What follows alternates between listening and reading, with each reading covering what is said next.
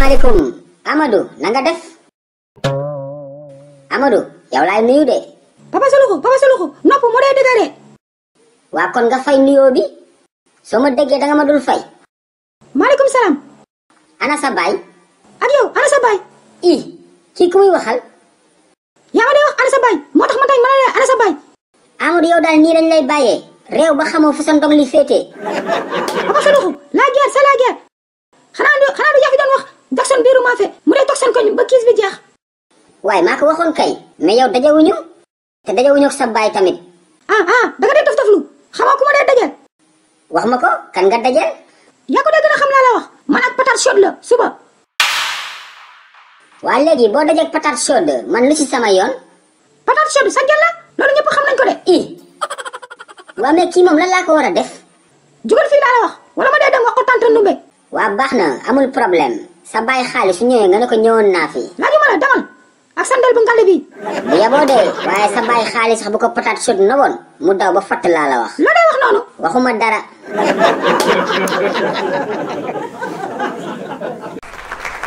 Mesdames et messieurs, bonsoir.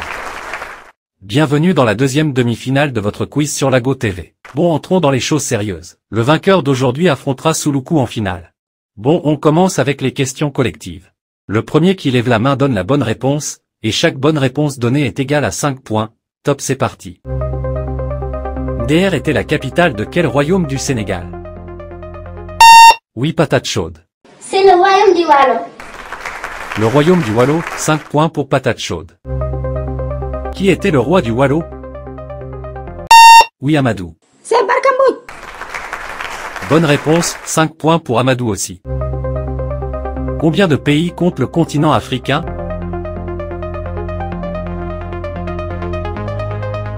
Oui, Amadou. 54 pays. 54 pays, bonne réponse et 10 points pour Amadou. Quatrième question. Combien de régions compte le Sénégal? Oui, patate chaude. Le Sénégal compte 14 régions. Bravo, 14 régions et 10 points pour patate chaude. Dernière question collective. Que signifie la CAN? Oui, Amadou. C'est la Coupe d'Afrique des Nations. La Coupe d'Afrique des Nations, bonne réponse. Amadou qui est devant avec 15 points après les questions collectives.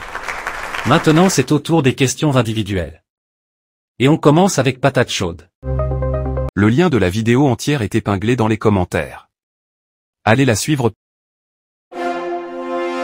moo waay yow Suluxu kañ la commencé dawal mbab.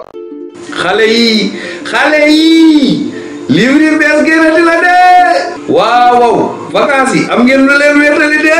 ñaari livre Suluxu yu bees tàq tome 4 ak tome 5 lañ leen indil. bii pa da ngay am livre de lecture ak question de compréhension. ngeen foog ne foofu la yemul foofu de da ngay amaale livre coloré yaa Suluxu di coloré Suluxu di coloré Ndumbe di coloré Malick ak ñeneen. kan nga bëgg coloré yow. Je veux colorier Jackson biiru maafe. Jackson biiru maafe nga bëgg coloré yow nag kan nga bëgg coloré. Moi, je veux colorier le Tiaya de Suluku. yow Tiaya Suluku nga bëgg coloré. léegi nag dégg ngeen ko daw leen gaaw wax seen papa yi seen yaay yi seen tante yi seen nijaay ñu jëndal leen livre Suluku. numéro baa ngi noonu affiché ci écran bi yéex ñàkk la daw leen.